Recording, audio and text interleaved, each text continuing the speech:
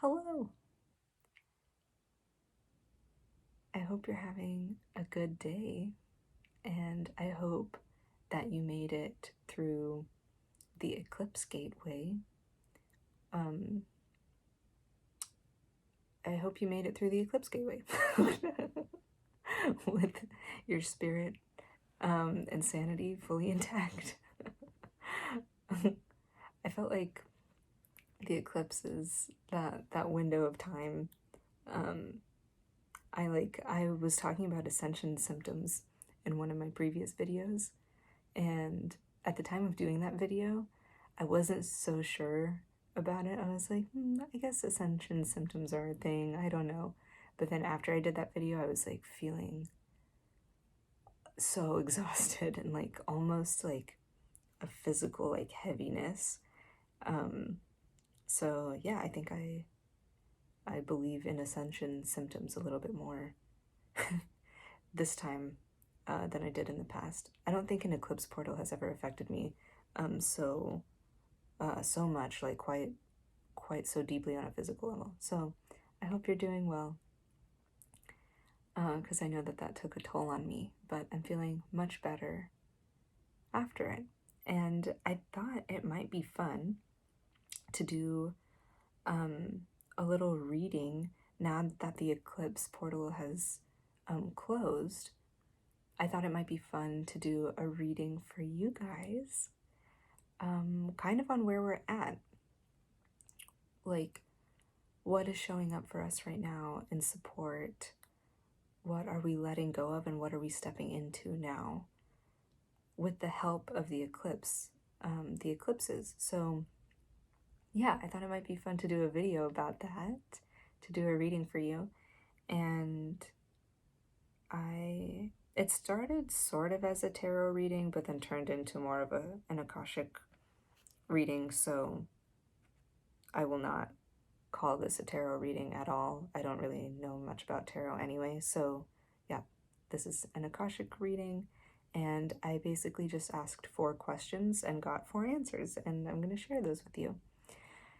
And before we begin, I just want to say I am currently in my own Akashic Records right now, as always, but this is different, because usually whenever I make these videos, I'm just sharing what is coming through in my own personal practice.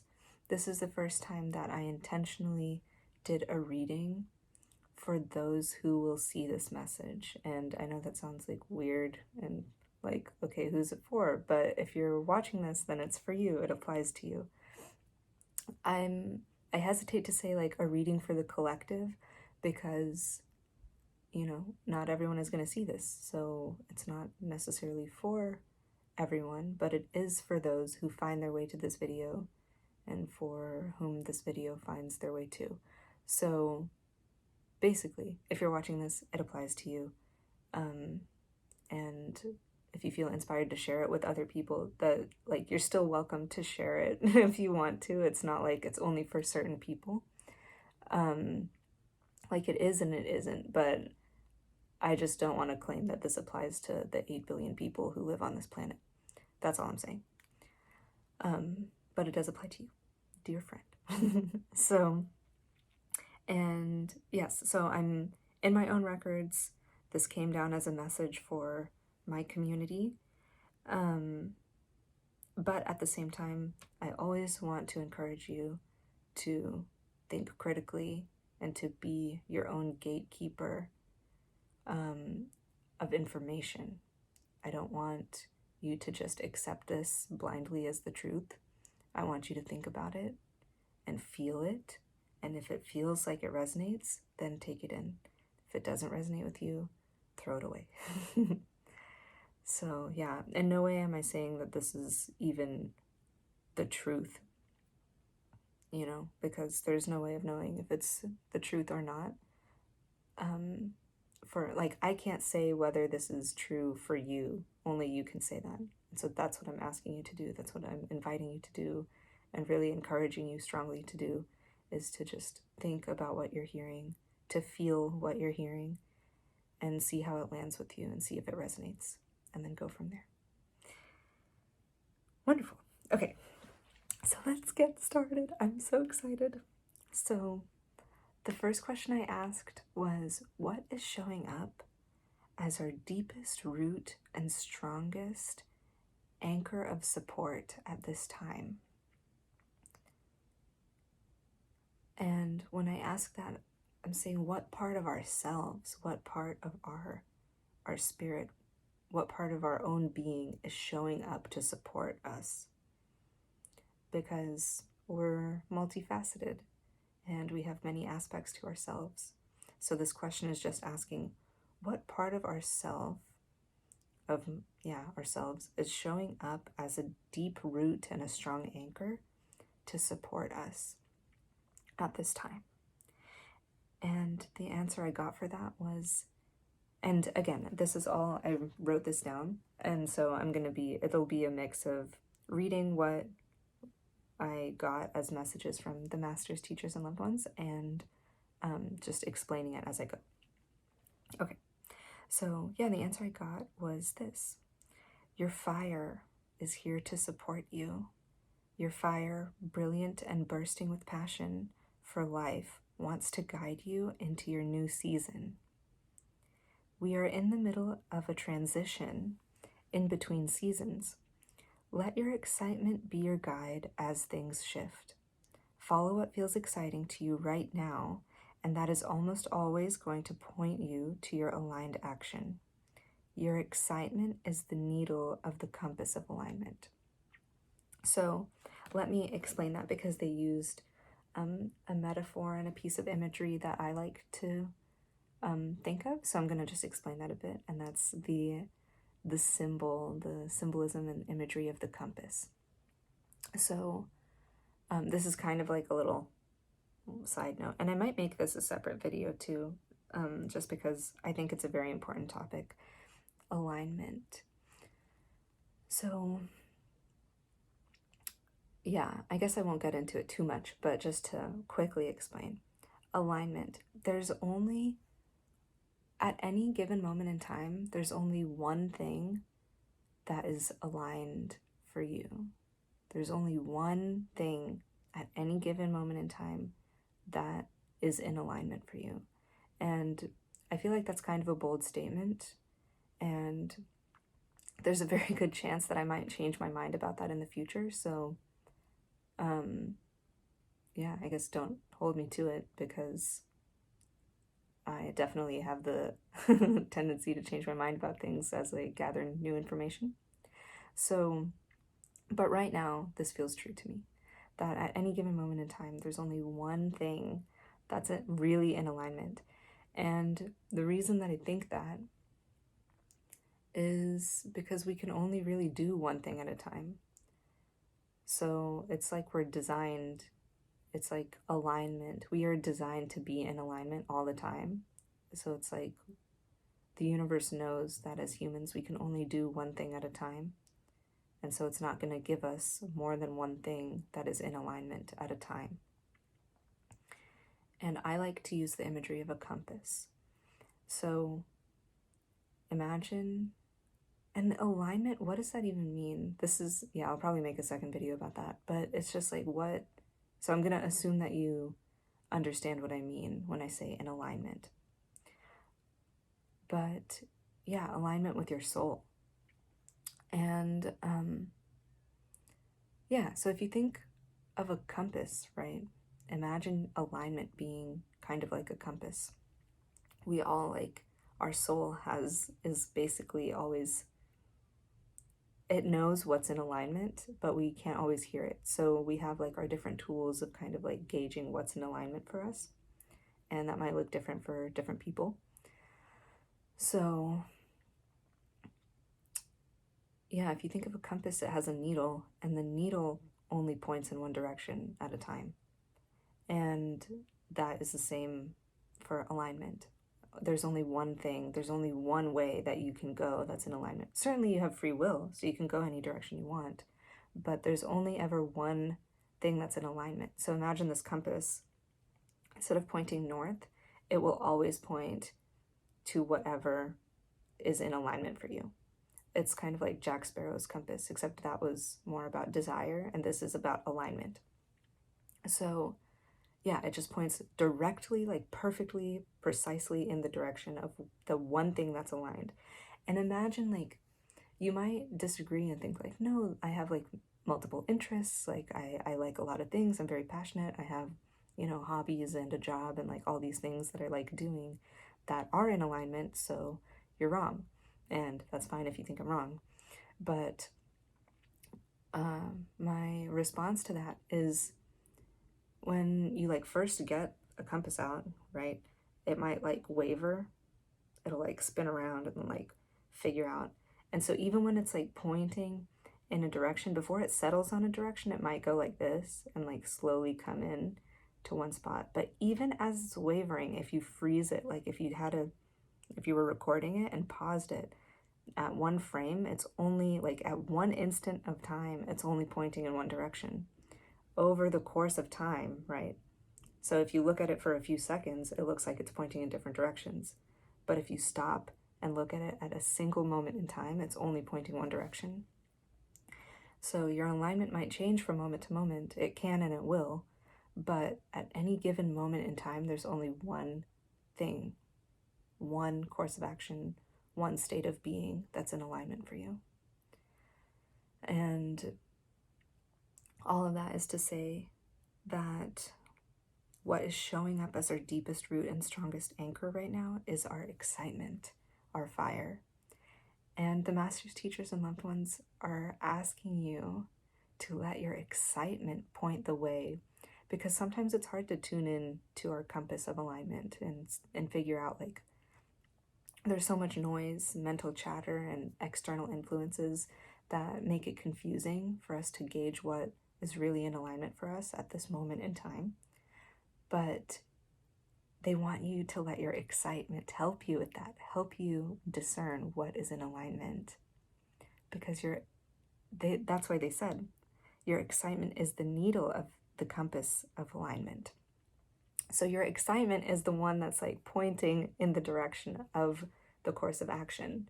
So whatever feels most exciting to you at this moment in time, at any moment in time, that's usually a pretty good way to tell what's in alignment for you. If it feels exciting, if it feels good, if it resonates. And that's not to say everything we do is going to feel super exciting. Sometimes things are challenging and we don't really want to do them, but there is usually some aspect of excitement. And that might be like,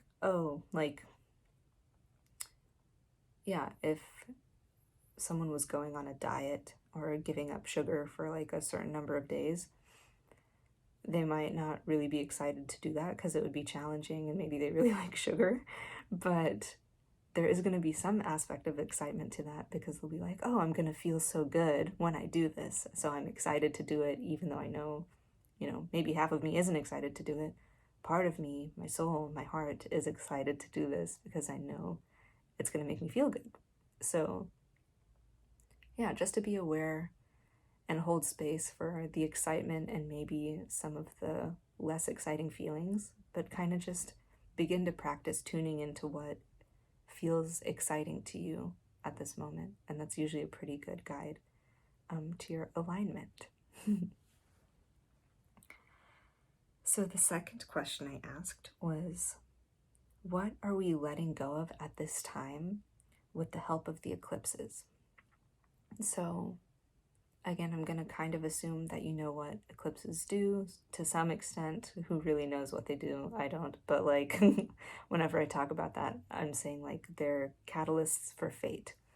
So the eclipses kind of help big events, like watershed events, happen for us. So with the help of that like powerful eclipse portal, what were the eclipses helping us let go of? They were lending us their power. So with that power, what are we letting go of? We are letting go of being spread too thin, of trying to do more than we can. Specifically, letting go of doing things out of obligation instead of genuine desire and alignment. So the recurring theme is alignment here. And yeah, they go on to say, you may have been overcommitted and overwhelmed this year, and you're ready to let go of that. Take time to reflect on what you can put down. Do you really absolutely have to be doing all the things that you're doing? What might happen if you stop doing that thing that you hate doing but feel obligated to do? If the only thing that will happen if you stop doing that is that someone else might be upset, that's pretty much a guarantee that you're doing something out of obligation and not alignment. So if you, I remember in a previous video I did when I'm talking about the Great Conjunction, the last video I posted on YouTube, it talks about acting from obligation and a lack mentality. So I encourage you to watch that, or at least that piece of the video, if you want to get like a deeper understanding of what I mean when I say acting out of obligation. So because yeah, this reading kind of builds on the last video. So yeah, that answer is like pretty profound. Being spread too thin because you're acting out of obligation. Maybe you've been doing a lot of stuff. I'm sure this year has asked a lot of you, as it has asked a lot from all of us. But yeah, being spread too thin, doing stuff that you really hate doing, but you're doing it just to please somebody. You're doing it because you feel like you have to do it. You feel like there is no other choice. But in truth, you know, in most cases, I understand that, you know, financial means and, you know, certain, you know, it's kind of a luxury to let go of some tasks. And we might not all be in a position to do that, but reflect on that. And is that a story that you're telling yourself? Are you saying like, well, I don't have the ability to stop doing this? And it's true, you might not be able to. Maybe you have to work like 2 or 3 jobs just to make ends meet. And I'm not saying quit all your jobs, but what I am saying is, you know, at least take a moment to consider what it might be like if you weren't doing that thing you hate. Like, what would happen? What are the consequences of stopping that thing, of not doing that thing anymore that you hate to do? If it's really taking the life out of you, what would happen if you stopped? Would there actually be severe consequences or not? Because maybe you're doing those things not just out of a sense of obligation that you have to, but a fear of letting somebody down, or a fear of a false reality that might come true. Like, you're scared of what might happen if you stop doing it. But that thing, you know, is it really that scary, or is it not? Can you handle it? Are you strong enough to handle the consequences, or are you not? Are you willing, or are you unwilling to handle those consequences? And it's okay if you're not, but just to consider with like a grounded, realistic perspective, instead of a distorted, fear-based perspective of what might happen if you stop doing that. Just consider, really, is all that's going to happen is someone's going to be disappointed? That's their problem. And maybe it's a little bit your problem. You know, different situations. It's hard to speak on this. I'm having trouble speaking on this because, you know, everyone's life, everyone's situation is so nuanced. So this isn't just like a blanket statement. I really want you to use discretion, obviously. And that's why at the beginning I said, like, make sure you think about what I'm saying instead of just blindly acting upon it or trusting it or whatever. Think about it and see if it applies to you. So yeah, I know that in the past, and I said this in the last video too, that a lot of times I'm doing these things that I hate doing, and the only thing, like the only reason I'm doing it is because I'm trying to please someone else. And so the only consequence of me not doing that thing is that someone else might be upset. And then when I stopped doing that thing that I hated, the other person didn't even care. I was doing all this work for them. They didn't even care that I stopped doing it. So that thing you're scared of, it might not even be real. It likely isn't real. So just consider those questions that I asked at the beginning. Yeah, just take time to reflect on what you can put down, and if you absolutely have to be doing that thing that you hate, or if you don't, and what that might look like. For like, what are the immediate consequences of that? Because immediately someone might be upset, but then long term, you might be way better off. It might be worth kind of, upsetting people for a moment and letting them, deal with their own shadow work, and then you get to be free of that thing that you hate doing. So just things to think about. And again, it won't apply to everybody, but perhaps you can find one small task that you're doing that is really not serving you, to maybe you can set that down. Okay. And the third question is, what are we welcoming and stepping into as space is being cleared? So as we set down the things that we feel obligated to do that aren't in alignment, we're clearing space. So what are we welcoming and stepping into as we're clearing that space, as that space is being cleared with the help of the eclipses, and our own intention and free will? So we are welcoming coming into alignment finally. Maybe for the first time in your life, you're moving out of obligation into alignment.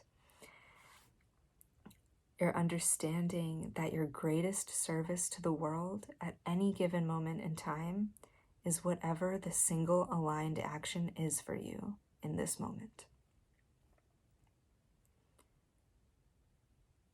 I will read that again, and I hope it makes sense because it's very powerful.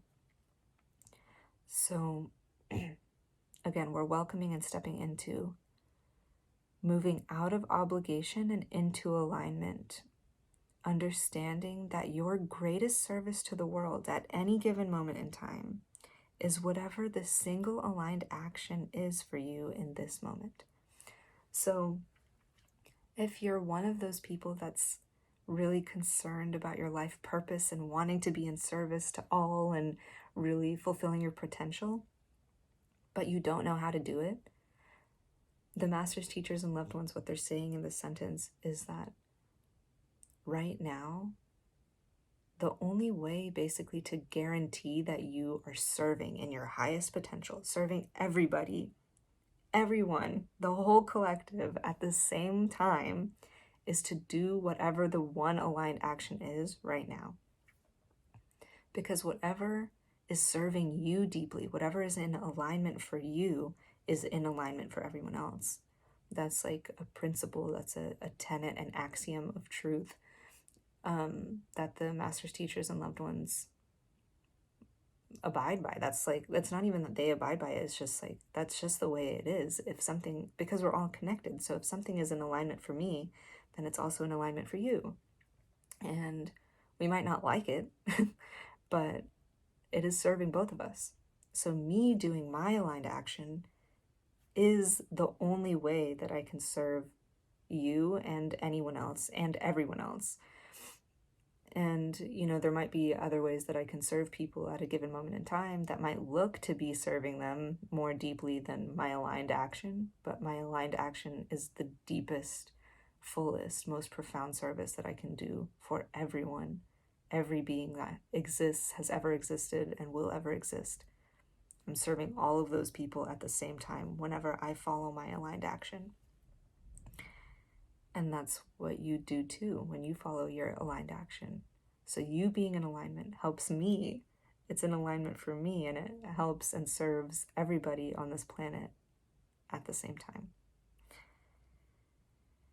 So yeah, they continue on to say, following the compass. It's not enough. Oh, this is very critical. So yeah, following the compass.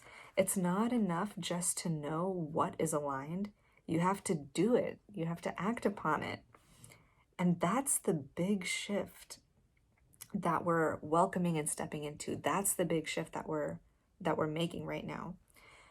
Embodiment of aligned action, not just being aware of it.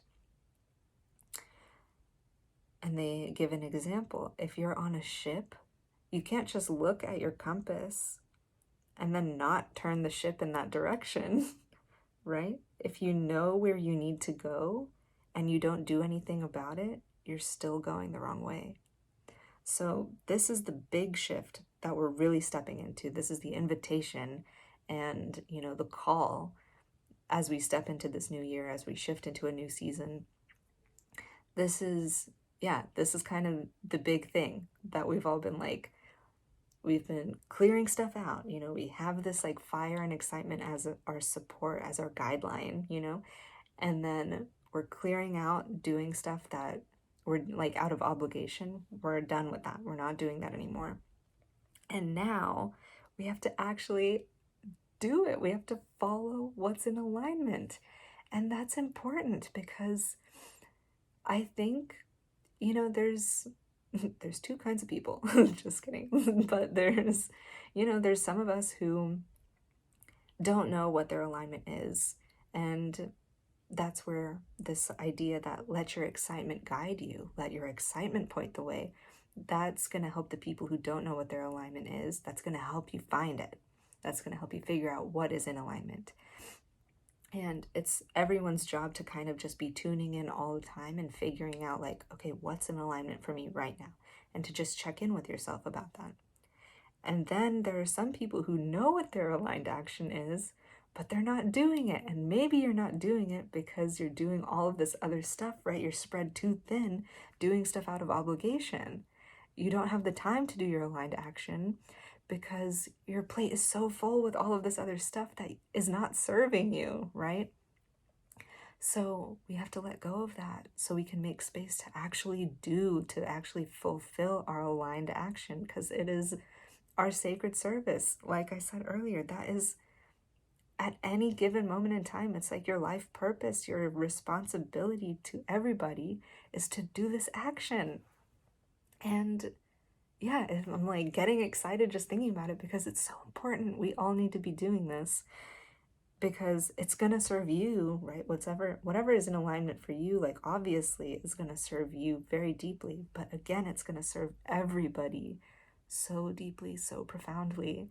And so it's absolutely of the utmost importance for you to be acting upon your aligned action, actually following through, not just looking at your compass and being oh, I know where to go, and then walking a different way. You have to actually go the direction that the compass is pointing in for it to make a difference, because just knowing what your alignment is isn't enough. You can't just be aware of it. You have to use your free will, use your determination and willpower to actually follow through, because that's the only way it's actually going to get done. So, and that's the only way that you'll feel fulfilled and that you'll be serving people, is if you act upon the aligned action, embody the aligned action, not just be aware of it. So the final question I asked was, how can we integrate and welcome these new energies and blessings? And their answer was bravery. You need to have courage in order to make this shift. And in truth, it's not for everyone. But if you are hearing this message, then you have the potential to make this shift out of obligation and into alignment, if you are willing to do the work.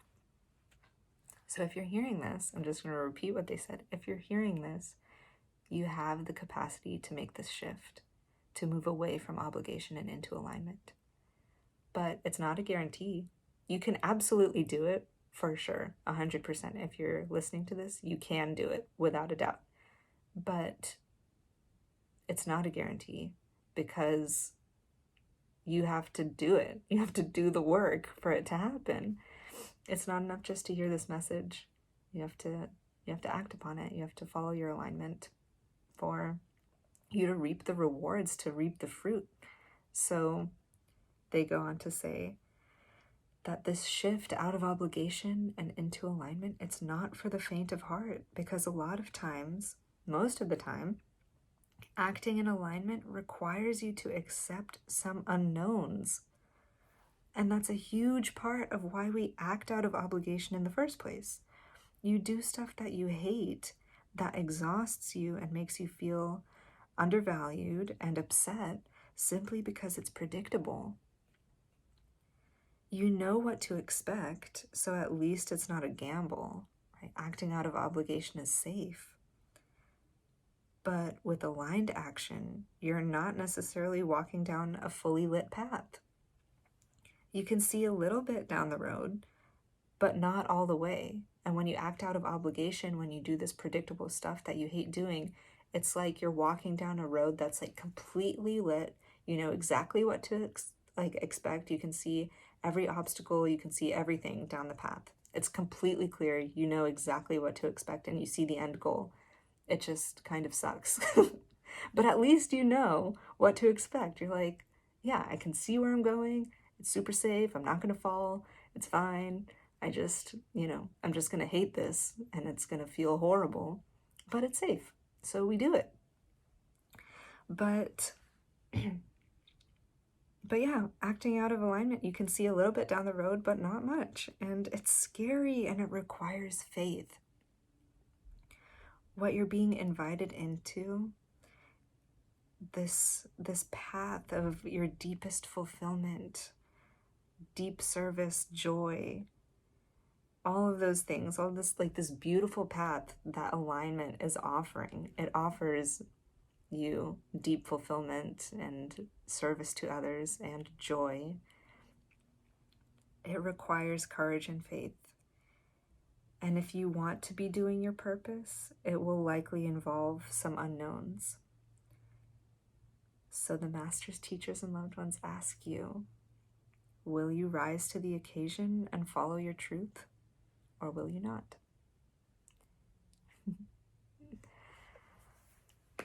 So, just things to think about. Things to think about, certainly. And understanding that this is an invitation, that no one is required to do this, but that you are completely capable of doing this if that's what you want. If you want to be in alignment, if you want to be fulfilling your greatest potential, to be fulfilling your life purpose, to be in deep service to all, then it will likely require bravery, because you're not going to know everything. You're not going to know what the whole path looks like, but you will know what's right in front of you. You'll always know what the next step to take is. You just might not know what the next 10 steps or 15 steps or 100 steps are, but you'll know always what's right in front of you, what the next thing you have to do is. So yeah, but from my experience, it's scary. And again, they said it's not for everybody. It's not for the faint of heart. So I invite you to look within yourself to see, where is your excitement pointing towards? Where are you acting out of obligation? And where can you make space in your schedule, in your life, to make room for your aligned action so that you can actually do it? And then find the faith and courage within yourself to actually make it happen. I hope that this reading served you. It was certainly super fun for me to ask these questions on the behalf of my community, on your behalf. Yeah, so let me know if you liked this, if this was helpful. I'd love to hear from you. And again, this was kind of like a collective reading, like I said at the beginning, not really for 8 billion people, but for you who's listening. And if you liked it, and if you have specific questions, if you have questions for the Akashic Records about your personal individual scenario, because remember, this is kind of painting with a broad brush here, because I can't really get the answers for every specific person listening to this. But if you would like more specific information, if you have specific questions about your life, I do Akashic readings for people. So if you'd like to book a one-on-one session, I invite you to do that. And the link to that is in my Instagram bio. And it's at Minaruchi Magic, the same as my YouTube name. And yeah, those one-on-one readings are super powerful because you can ask anything at all. And the master's teachers and loved ones may not answer every question, but you can certainly ask anything. And a lot of times people get really specific insight on their path of service, on their life purpose. And yeah, so if you are wondering about one-on-one Akashic readings, I have 2 videos on YouTube. One is what are the Akashic Records, and how may an Akashic reading serve me. So I invite you to check those out if you're interested in a one-on-one reading. I'd love to connect with you, and I'd love to hear from you if this video is helpful or insightful, or if it resonated with you. So yeah, feel free to leave a comment or send me a message. I wish you well. Namaste.